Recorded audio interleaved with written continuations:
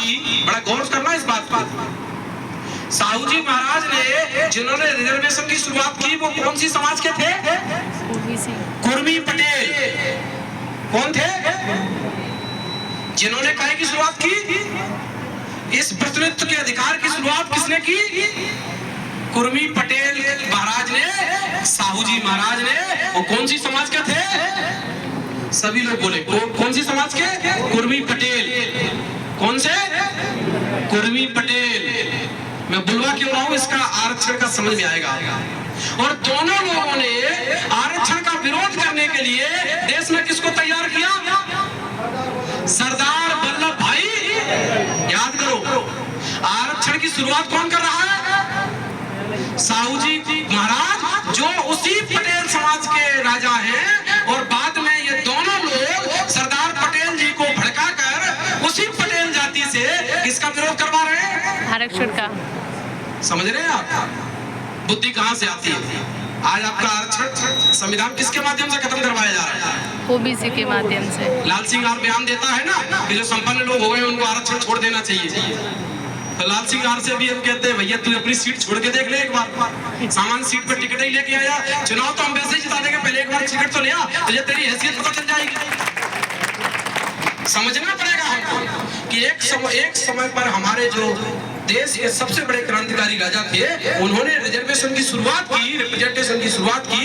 लेकिन इस बात को गांधी समझ गए कि अगर पटेल समाज को ये बात समझ में आ गई, पूरे देश में फैला देंगे, तो उन्होंने सरदार पटेल जी को भड़का दिया कि तुम आरक्षण अगर ले लिया तुम लोगों ने, तो तुम तो चमार कोली भंगी बन जाओगे। बोले अम्बेडकर पागल हो गया है, सबको नीचा बनाए देता है, तुम तो विरोध करो।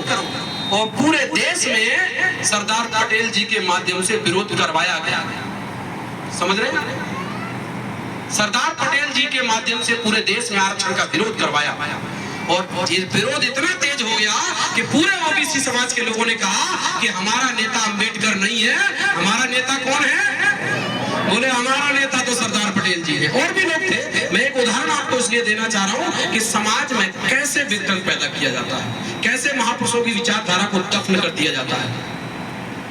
तो जब उन्होंने विरोध करना शुरू किया तो ओबीसी समाज के लोगों को उस समय आरक्षण प्रतिनिधित्व नहीं मिल पाया।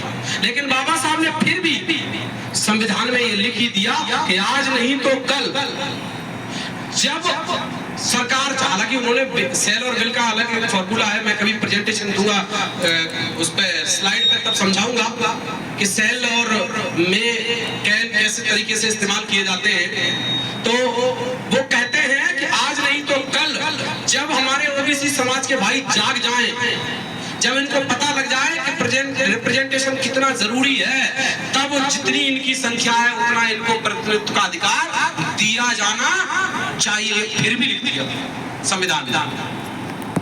और बाबा साहब इस दुनिया से चले गए। फिर पैदा होते हैं कांसीराम जी। कांसीराम जी इस देश में एक आंदोलन चलाते हैं, जैसे एक नारा लगता था, आप लोगों ने सुना होगा, बाबा साहब का दूसरा नाम कांशीराम। कांशीराम जोर से बोलेंगे, बाबा साहब का दूसरा नाम कांशीराम। ये नारा लगता था। क्यों लगता था? क्योंकि बाप का कर्ज कौन पटाएगा? बेटा पटाता है। तो बाबा साहब के ऊपर कर्ज किसका था? ओबीसी वो दो राजाओं का। उन्होंने पढ़ने विदेश में भेजा। अगर वो पढ़ने विदेश में नहीं भेजते तो बाबा साहब संविधान नहीं बना पाते। और अगर वो संविधान नहीं बना पाते तो हमारे तो गले की हड्डी नहीं छूट, कमर की झाड़ू नहीं छूट, महिलाओं को कमर के ऊपर कपड़े पहनने का अधिकार नहीं मिलता, इंसान का जीवन ही नहीं मिलता अगर बाबा साहब न पढ़ते थे। और बाबा साहब पढ़े किसकी वजह से? वो दो राजाओं की वजह से। तो वो कर्ज उतारने के लिए बाबा साहब जीवित नहीं है। अब कौन उतारेगा कर्ज? जो उनको अपना पिता मानेगा। कांसीराम जी ने उनको अपना पिता माना और कहा कि मैं फुले साहू अम्बेडकर का मिशन चलाने आया। और उन्होंने एक नारा चलाया दिया पूरे देश में कि मंडल कमीशन लागू करो वरना कुर्सी खाली करो। पूरे देश में आंदोलन चलाया। और उस देश में जब आंदोलन उन्होंने चलाया तो मंडल कमीशन में किसके लिए रिप्रेजेंटेशन का अधिकार था? ओबीसी। एक भी सीट एससी की थी उसमें। तो कांसीराम जी किसकी लड़ाई लड़ रहे थे? ओबीसी की। और आज लोग क्या कहते हैं कि कांसीराम कौन के नेता थे? बड़ा गजब बात है। लोग कांसीराम को भी चमारों का नेता कहते हैं। और लड़ाई किसकी लड़ रहे थे वो? बताओ, कांसीराम जी ने कभी कहा कि दलितों को आरक्षण दो? उन्होंने किसके लिए कहा? पिछड़ों को उनका आरक्षण दो, जितनी पिछड़ा वर्ग की संख्या है। उन्होंने नारा दिया कि जितनी जिसकी संख्या भारी उसकी उतनी हिस्सेदारी, और आंदोलन चलाया और सरकार को मजबूर किया। और आप लोग अगर कांसीराम जी के आंदोलन को पढ़ेंगे तो पंजाब में जब ये रैली गई थी तो पंजाब में कुछ सवर्ण लोगों ने इस रैली पर पथराव कर दिया, हमारे लोगों ने भी पथराव किया, तो उन्होंने गोली चला दी। तो 4 जाटव, जिसको चमार रविदासिया कहते हैं, वहां 4 चमार जाति के लोग मारे गए जगह पर। आरक्षण किसको मिलना था? ओबीसी। गोलियां कौन खा रहा था? क्यों खा रहे थे? वो इसलिए खा रहे थे क्योंकि उनके बाबा के ऊपर कर्ज है पिछड़ा वर्ग के लोगों का। आज भी हमारे आज भी कई भाई कहते हैं कि पिछड़ा वर्ग नहीं सुधरने वाला। अरे भैया, बात ठीक है आप, लेकिन जब पिछड़ा वर्ग के राजा सुधरे थे तब तो आपको मौका मिला। इस आंदोलन को पिछड़ा वर्ग ने बहुत लंबे समय तक चलाया है, तो आज अगर वो नहीं चला पा रहे हैं तो आपकी जिम्मेदारी बनती है। जब तक पिछड़ा वर्ग को उसकी संख्यानुपात में भागीदारी नहीं दिला दो, तब तक आप कर्ज से मुक्त नहीं हो सकते हो। ये आपके ऊपर कर्ज है, ये काम आपको उनमें जाकर समझाकर करना ही पड़ेगा। तो हम तो जाते हैं अपना कर्ज चुकाने, क्यों? क्योंकि जब तक उनको उनकी हिस्सेदारी नहीं मिलेगी तब तक वो आपके साथ आने वाले नहीं है। इसीलिए कांसीराम साहब ने कहा कि जब इनको इनकी हिस्सेदारी मिलने लगेगी तो ये साथ में आ जाएंगे। तो कांसीराम जी आंदोलन चला रहे थे मंडल कमीशन लागू करने का। तो फिर से इस देश में अटल बिहारी ने कहा, यार जो तो गड़बड़ होती है। तो 2 लोगों को तैयार किया। आडवाणी ने एक यात्रा निकाली, उस यात्रा का नाम दिया मंडल बनाम कमंडल। कमंडल लेता है वैसे बाबा, साधु लोग लेते ना कमंडल। तो आडवाणी साधु तो था नहीं, उसने कहा क्या किया जाए, तो उसने 2 लोगों को कमंडल दिया, याद रखना, और दोनों ओबीसी के थे। कल्याण सिंह लोधी जी उत्तर प्रदेश और उमा भारती जी मध्य प्रदेश, दोनों को कमंडल पकड़ा दिया। बोले जो देखो, पहले अंबेडकर पागल हुआ था, अब ये कांसीराम पागल हो गया, तुमको चमारकोरी बना देता है। क्या करोगे डॉक्टर, इंजीनियर, मास्टर, कलेक्टर बनके? रामलला का मंदिर बन रहा है, कार सेवा शुरू हो गई है, सब लोग चलो। बोले कहाँ? बोले रामलला हम आएंगे और मंदिर वहीं बनाएंगे। और सारे लोग जिनको जाना चाहिए था मंडल कमीशन में, वो कहाँ चले गए? कमंडल वाले आने। लेकिन फिर भी कांसीराम जी का कद इतना बड़ा हो गया था कि हजारों नहीं लाखों लोग उनको इस देश में फॉलो करते थे। तो उसी समय पर मुलायम सिंह यादव ने उनका साथ दे दिया, तेजस्वी यादव जी के पिताजी लालू यादव जी ने साथ दे दिया, शरद यादव जी ने साथ दे दिया, कर्पूरी जी के लोगों ने साथ दे दिया। तो कांसीराम जी की ताकत बढ़ गई। और चौधरी देवीलाल जी ने भी साथ, जो जाट समाज के, इन लोगों ने साथ दे दिया। तो बीपी सिंह की सरकार थी, बीपी सिंह की सरकार को मंडल कमीशन लागू करना पड़ा।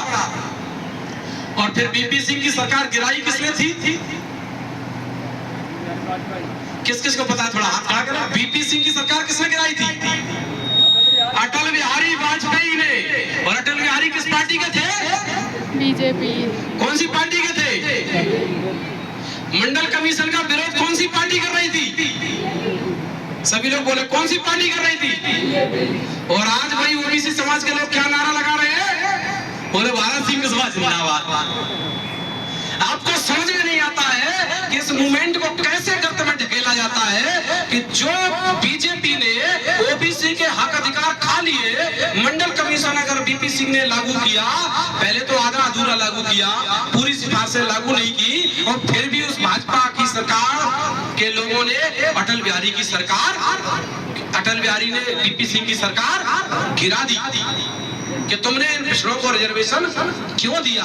और हमारे लोग आज नारा लगा रहे हैं, एक तो नेता ही नहीं बचा, सारे नेता भय भग के वहीं जा रहे हैं जिसने आपके हक अधिकार छीन लिए। क्यों जा रहे हैं? क्योंकि ये जानकारी मैं आप लोगों के बीच में शेयर कर रहा हूँ, ये जानकारी समाज को पता नहीं है। इसलिए नेता क्या चाहता है? नेता चाहता है कि मेरा समाज जाति के नाम पर मेरे पिछलग्गू बन जाए, मैं जिस भी पार्टी में जाऊं ये मेरा समाज मेरे पीछे आकर मेरे पीछे ताली बजाएगा। अगर ये जानकारी इसको लग गई कि आरक्षण खाने वाली भाजपा है, रिजर्वेशन का विरोध करने वाली भाजपा है, प्राइवेटीकरण लाने वाली भाजपा है। ये मनवादी पार्टियां जो गांधी और गोलवलकर के चेलों ने बनाई है, इन्होंने हमारे लोगों के हक अधिकार छीने हैं, तो समाज इनके पीछे नहीं जाएगा। इसलिए इन्होंने सबने मिलकर ये तय किया कि समाज में कोई भी जन जागृति का या कैडर का कार्यक्रम हम नहीं होने देंगे।